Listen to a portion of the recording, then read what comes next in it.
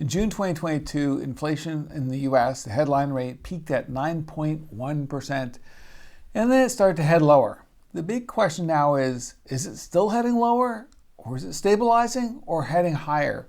There's a lot of disagreement out there right now.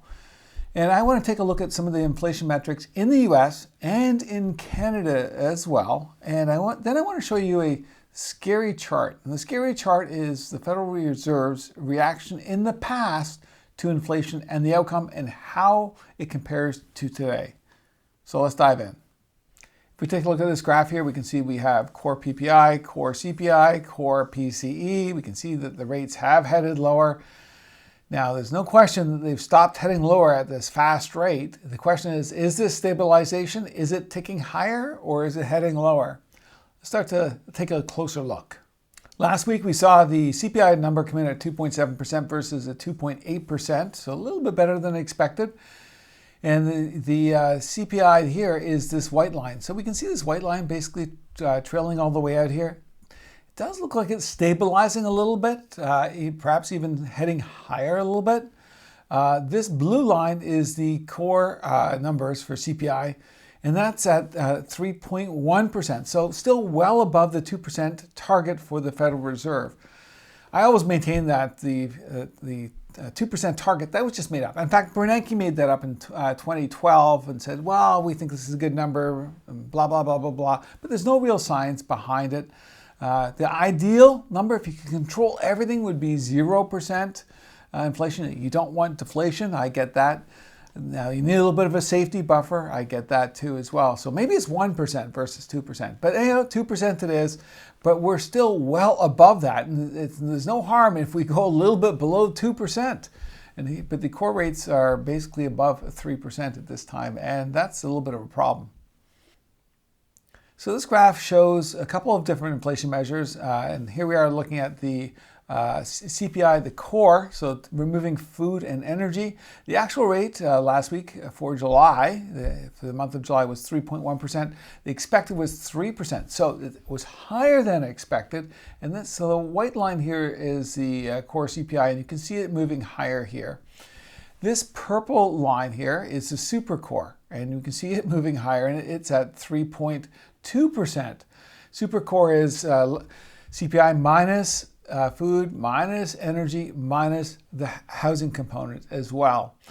So we're seeing another metric that's above 3% for the inflation metrics, which is not good. And if we take a look here, core services are a large component of this. And they just haven't shown a sign of really coming down here in the last few months. They've actually been ticking higher, which is problematic. And the services portion of inflation tends to be the stickier side of inflation versus the goods side. And that can be a problem as well. Okay, this graph is PPI, so it's Producers Price Index for inflation. It's measuring the inflation for the output goods from producers, less food and energy once again. You can see here, we did see that peak happen here all the way down, and prices came down. Since 2024, we saw that move higher, and then we did see a little bit of a tick back, but recently, if look at this blue line here, it is higher than the expected. And so we got this out this past week. It came in at 3.7% versus an estimated 3%. That's a huge number above expected. And we are overall seeing this trend since 2024 moving higher at this point. So PPI is not CPI, but if you have PPI going up at a rapid rate like this, it can have an influence on CPI. It's not a good metric when you see PPI heading higher. Okay, so this graph looks at the PCE inflation, and it's looking at core PCE. And here you can see this came out at the end of July. It came in at 2.8%. Expected was 2.7%. In other words, it came in higher than expected. So we're seeing CPI come in, the core come in higher than expected. We're seeing PPI come in higher than expected. And then we've seen PCE come in higher than expected. So the only thing that's really come down so far really is the headline CPI rate. And the Federal Reserve really takes a look at core PCE. It's the main inflation metric that they've stated that they look at in the past. But retail investors and institutions, media tends to take a look at the CPI headline rate. But all the other numbers around core tend to be above 3%, and it looks like they're ticking higher at this point. The Federal Reserve in the U.S., on the left-hand side, this is the U.S., and we'll take a look at Canada in a second on the right-hand side. In the U.S. here, you can see the next meeting for the Federal Reserve is September the 17th. There's a 92% chance, according to the markets, that the Federal Reserve will cut its key interest rate. When you see that type of probability, that 92%, the Fed typically follows through with that. If we compare that to Canada, the next meeting is on exactly the same day. So we got a double day here, September the 17th. The Bank of Canada is looking to make an adjustment to its policy rate, perhaps. But if we take a look at the percentage chance of that happening, it's actually around 30%. So less than a third at this time. So it looks like the Bank of Canada is still going to hold its key rate at this time, while the Federal Reserve lowers its rate at its next meeting. The inflation report comes out for Canada on Tuesday of this week. So let's take a look here. That we're looking at the headline CPI rate. In June, it was 1.9%. It's expected to tick down to 1.8%. So slightly below the Bank of Canada's target of 2%, but not significantly. Okay, so this graph we're looking at for Canada, it's the core inflation rate, so less food and energy, and we're looking at the weighted median in this case. The Bank of Canada actually looks much closer at this report than it does the headline CPI rate. It's actually mentioned this a number of times. And if we take a look here, we have seen this rate move higher, and it did come back down lower and lower. And you can see here it bottomed in mid-2024 and has been heading higher. So for the month of June, we saw the rate of 3.1%. That's well above target for the Bank of Canada. And you can see here, we have seen for quite some time this rate moving higher as well. Expected for the month of July to be reported this week is 3.1%. So it's expected to hold in here where it was for the month of June. So to tick out sideways here. But the trend definitely in this case has been higher for quite some time. So we're seeing in Canada the same type of result where we're seeing the core rates be higher and in the 3% range than what the central banks are comfortable with. So here's another report in Canada coming out this Tuesday, and this is the trimmed mean. Now, it sounds like we're actually getting more complex with this, but the Bank of Canada actually looks very closely at this. And all they're doing when they trim this is they're taking the bottom 20%, trimming them off for their inflation numbers, and the top 20% as far as inflation numbers go, getting rid of those, and then taking a look at the 60% and doing their calculation that way. And once again, they look at this number here much more closely than the CPI rate. And you can see for June, this was 3%. And the same type of phenomena where we saw compared to the weighted median, you can see we've seen this downtick, and since mid-2024, it has been heading higher as well, sideways. So the last report was, as I said, for June was 3.0%. It's expected to tick higher to 3.1%. So once again, well above that 2% rate. So a lot of investors are focusing on, well, 2%, we're looking at the headline CPI rate come in at 1.8% perhaps. Why aren't we cutting rates faster? It's because the core rates are so much higher here. I wanted to show you this graph that was actually output, and in this case it's from Crescat, hat tip to them. And so what they've done here is they've taken the ISM Services PMI and they've moved this forward by 12 months. So this red line is shifted forward by 12 months. They said, look, there's a relationship between the core CPI rate in the US and the ISM Services PMI. And the core rate lags the ISM Services PMI. Now, so services, once again, is that sticky part of inflation. And if you can see here, they put in, there's a bottom that got put in here. And there's not, all the wiggles don't quite match up, but you can see a top was put in here as well, and there are some general trends here. But if this relationship does hold, and you can see here, ISM Services has picked up, don't forget that red line shifted forward 12 months, you might say, well, this white line might actually move higher as well, which is the core CPI. So we're seeing so many indicators that inflation hasn't been beaten. Yes, it's come down, but we're not seeing that trend lower at this point.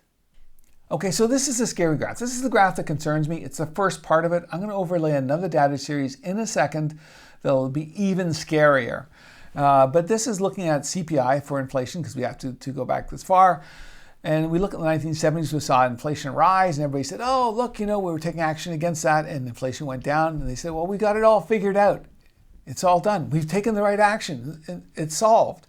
And we saw inflation bottom out in the early 1970s. And guess what happened? It skyrocketed up. And it put in a V bottom, by the way. It wasn't like this big, long bottom. Put in a V bottom, and up it went again. Much, much higher than what it did before. And then we saw action taking place once again, and we'll go through that in a second. And then we saw, yes, finally inflation started to head lower. And guess what? The same thing took place again in the late 1970s. We got it solved. It's okay. We got it figured out. And what happened? Inflation went up again. It went up even higher. And this is where Paul Volcker had to step in. And Paul Volcker basically was at that point saying, I'm going to raise interest rates by 50 basis points. I don't care. We're just going to keep going. Unemployment was going up. Stagflation was there. And the inflation and the CPI went just below 15%. Now, in today's economy, that would absolutely kill it. Absolutely kill it. The government has way too much debt. I mean, it'd be insane. It would never make it. But the danger today is we're in a similar situation where we think we have inflation solved because we're moving down here and we've taken the right action, and we could put in another V bottom here and inflation to move higher. That's the big danger. And maybe all this happens again. We saw inflation go up and then maybe it comes back down again. It's totally possible that we could see that situation take place. If the Federal Reserve starts to become too loose with its monetary policy, at the same time you have huge government expenditures, that could be very inflationary and drive this much, much higher. And maybe we do the same turnover, etc. That's the danger at this point. And once inflation comes back in the second wave, it really embeds itself and moves much higher, much faster. It's much harder to kill.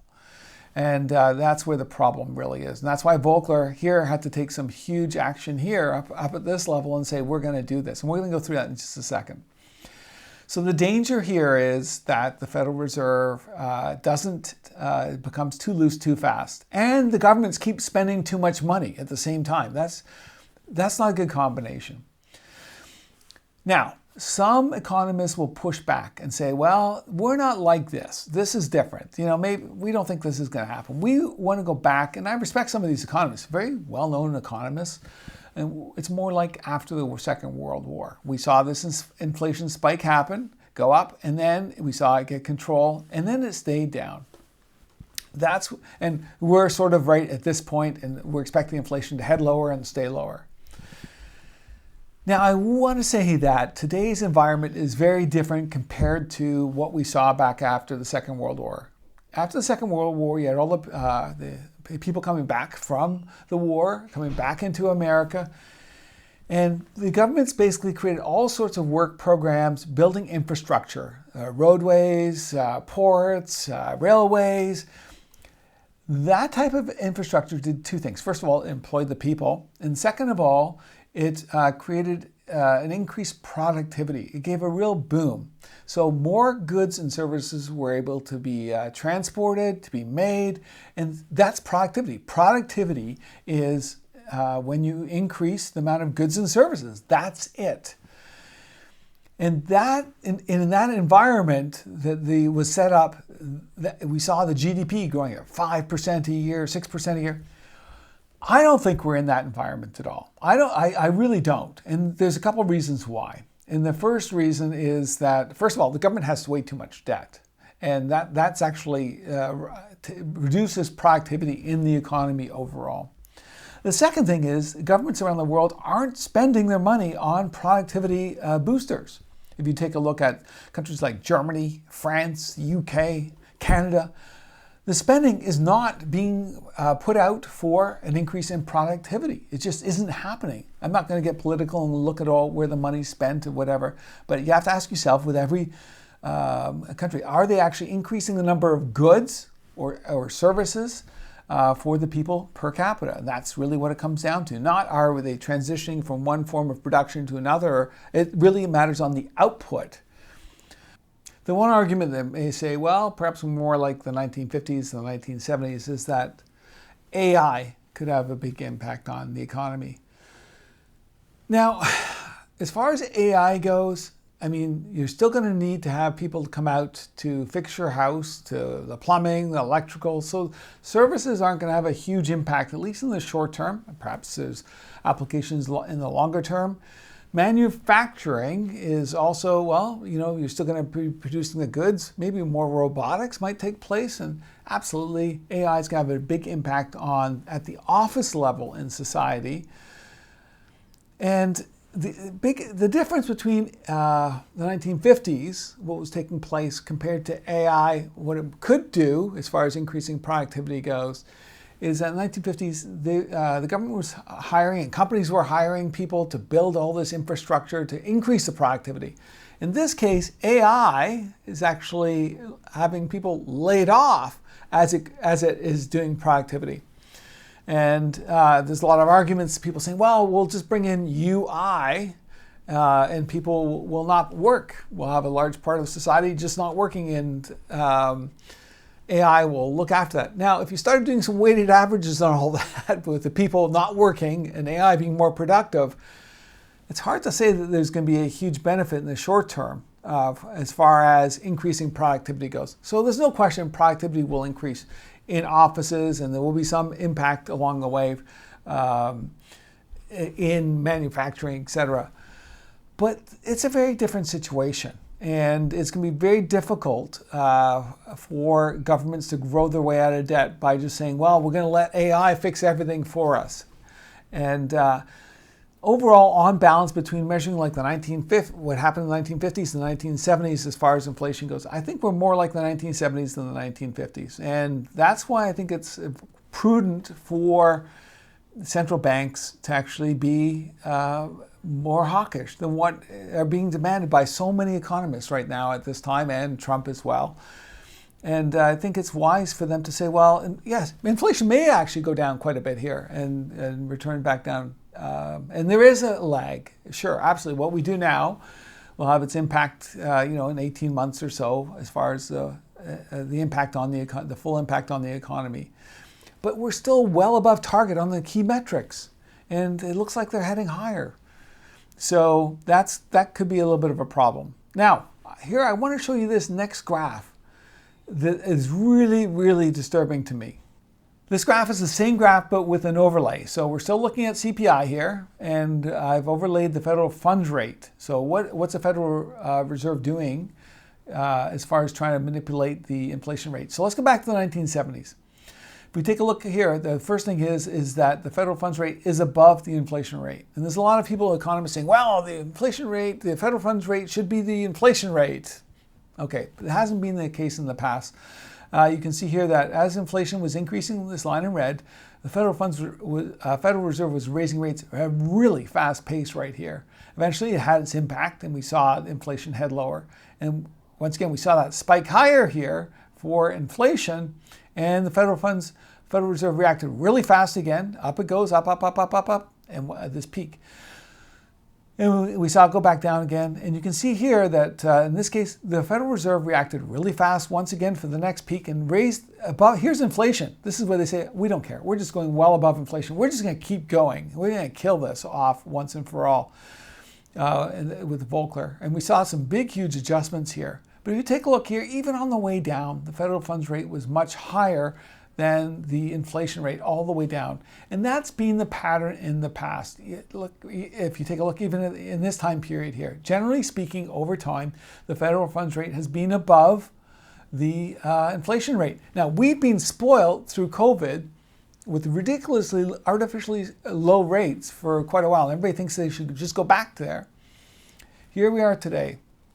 If we take a look here, we can see the federal funds rate is above the inflation rate at this point here. But if we see this happen where we start to lower this rate, we might see inflation pick up here and we'll drop below here at this level. I'm not sure the way we're setting up here, if inflation picks up, that the Federal Reserve will actually, in the case of the US, say, well, we actually have to start raising rates again, just like what they did back in the 1970s, where they said, well, we have to do this right here, and we have to do this here. We're going to have to do it again. I don't think there's the motivation for that. You're seeing Trump appoint Stephen Murrin, who definitely wants lower rates. He's going to appoint a new chairperson for the Federal Reserve. We'll definitely want lower rates as well, coming up as well. So we could have a situation where inflation actually starts to go back up again, and the Federal Reserve does not take the right tightening action at this point. So I don't blame the Federal Reserve for remaining at this level here and being cautious. And the danger is that inflation starts to pick up again, especially if the Federal Reserve is cutting and they're moving in the opposite direction. And then they say, well, you know, we can't have higher rates here because of this reason. It's a crisis or some emergency or something. And they let it go. So the danger here is down the road, I'm not going to give a time on this, but down the road that we could see higher inflation rates coming up shortly, continuing to move higher, because we have seen all the core rates around 3% and moving higher here. And then the Federal Reserve is doing exactly what it shouldn't be doing at this point. So that's the big danger that I see coming up as far as inflation goes. Maybe all the inflation rates actually start to go below the 2% level. Maybe they all go to 1% or 0%. It's totally possible here as well. But right now, that's not the indication. So I don't blame Powell at this time for being hawkish against everybody else and pushing back and saying, no, you know what? Unemployment's still in the 4% range. Inflation's still higher. It looks like it could be heading up. It's not heading down. We need to be cautious at this time. So I don't blame him at this time. Thank you very much for joining me today. And please like and subscribe to the video. Thank you.